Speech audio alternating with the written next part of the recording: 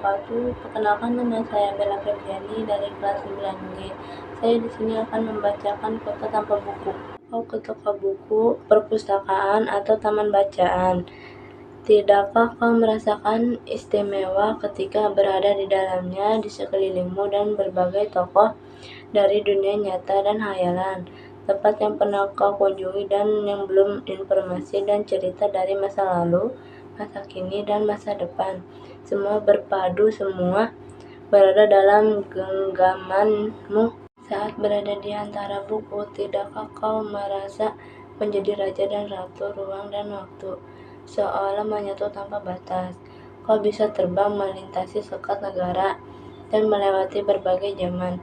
Kau bisa menyelam ke dalam samudra, menyelam di angkasa, bercanda dengan aneka satwa, dan berkelana di tengah padatnya kota, juga di rimba raya.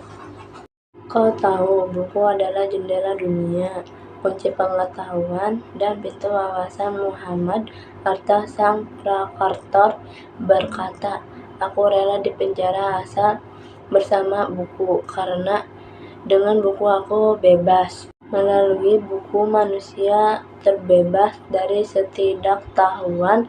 Tempat-tempat yang dipenuhi buku adalah harapan berkembangnya pengetahuan dan wawasan. Apa jadinya jika kota tanpa buku? Pantaskah disebut kota? Kota itu mungkin kabar datang dari sumber lain, dari koran, televisi, atau internet. Mungkin informasi dari cerita datang dari cerita nenek moyang, bagai dongeng-dongeng sebelum tidur.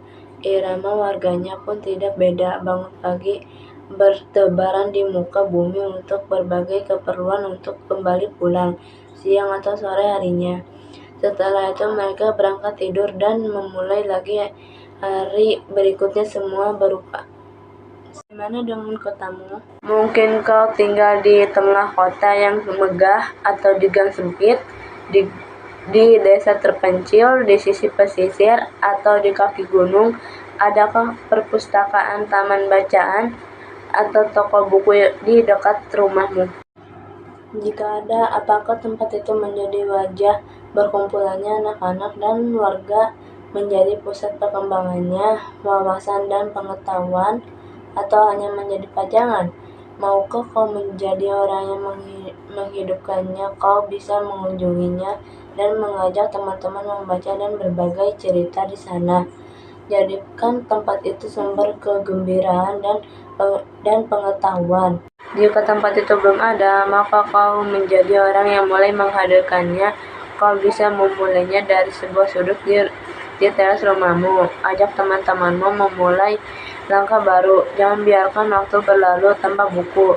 Siapapun dirimu, bersahabatlah dengan buku. Dia akan menjadi teman setiamu sepanjang waktu.